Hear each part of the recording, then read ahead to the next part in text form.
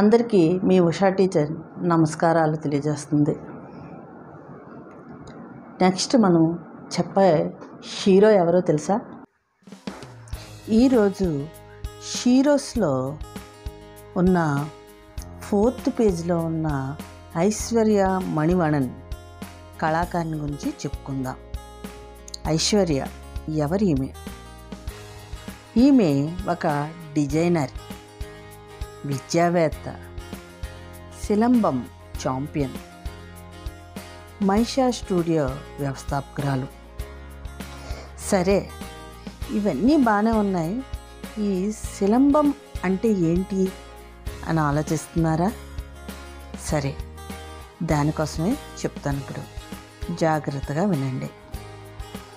అసలు ఐశ్వర్య అనే ఆమె ఏం చేసిందంటే, ఆమెకి భరతనాట్యం అంటే చాలా ఇష్టం. ఆమె భరతనాట్యం నేర్చుకునేది ఎవరి దగ్గర? కవితారాం ఐఏఎస్ దగ్గర. అయితే ఐశ్వర్యలోని సిలంబం నేర్చుకోవాలనే ఆసక్తిని ఆమె కలిగించింది. ఆమె సాధారణంగా ఇలా వ్యాఖ్యానించిందట ఐశ్వర్యతో: ఐశ్వర్య, మీ కదలికలు చాలా వేగంగా ఖచ్చితమైనవి.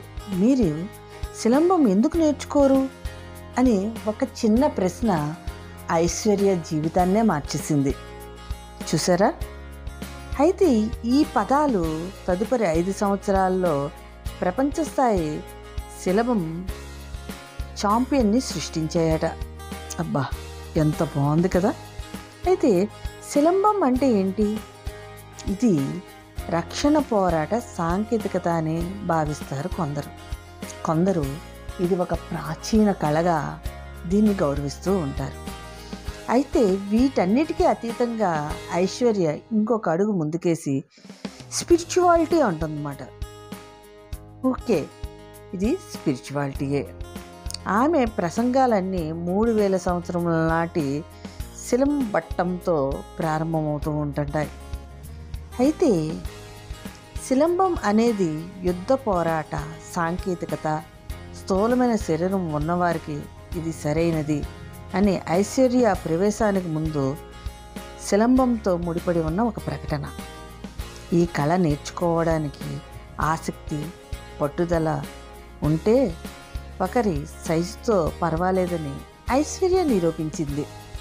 చూసారా? పట్టుదల ఉంటే ఏది అడ్డురాదన్నమాట. ఇప్పటికైనా అర్థమైందా? సిలంబం అనేది ఒక రకమైన ధ్యానం అనే సందేశాన్ని వ్యాప్తి చేయడంలో ఆమె పాత్ర చాలా గొప్పది. సరే, ఇక విషయానికి వద్దాం.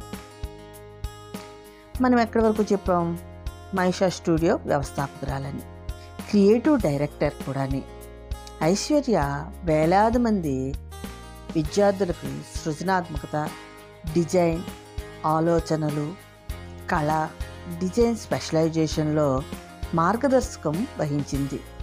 ఐశ్వర్య యొక్క పాత్ బ్రేకింగ్ బోధనా విధానం యువ కళాకారులకు మరియు డిజైనర్ల యొక్క సృజనాత్మక సామర్థ్యాన్ని వృద్ధి, పరివర్తన, మార్పు, సామాజిక ప్రభావం కోసం వారి సహజమైన సామర్థ్యంతో మిళితం చేసిందట. ఆమె బహుళ విద్యా ఫోరంలకు నాయకత్వం వహించింది మరియు సృజనాత్మకత, బోధనా శాస్త్రాలపై దృష్టి సారించి విభిన్న జాతీయ మరియు అంతర్జాతీయ సంస్థలతో కూడా కలిసి పనిచేసిందంట. 3 సార్లు టెడెక్స్ స్పీకర్గా ఆమె చేసిన కృషి అనేకం. ఆమె చేసిన కృషికి అనేక అవార్డులు కూడా గెలుచుకుందంట. ఆమె ఏఆర్ రెహమాన్, భారత్ బాలా మన్నగు ప్రముఖులతో కలిసి పనిచేసింది. వోగ్ ఇండియా, హిస్టరీ ఛానల్ వంటి ప్రముఖ ప్రింట్ మీడియాల ఆన్లైన్ వార్తా మాధ్యమంలో కూడా ఆమె కోసం వార్తలు ప్రచురించబడ్డాయి.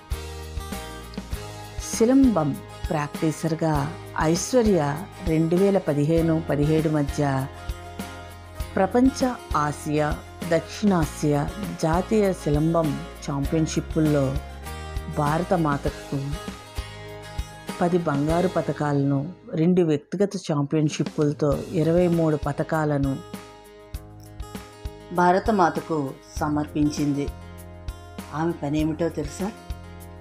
పురాతన యుద్ధ కళ మరియు దాని నిరంతర సమకాలీన ఔన్నిత్యంపై విజయం సాధించింది.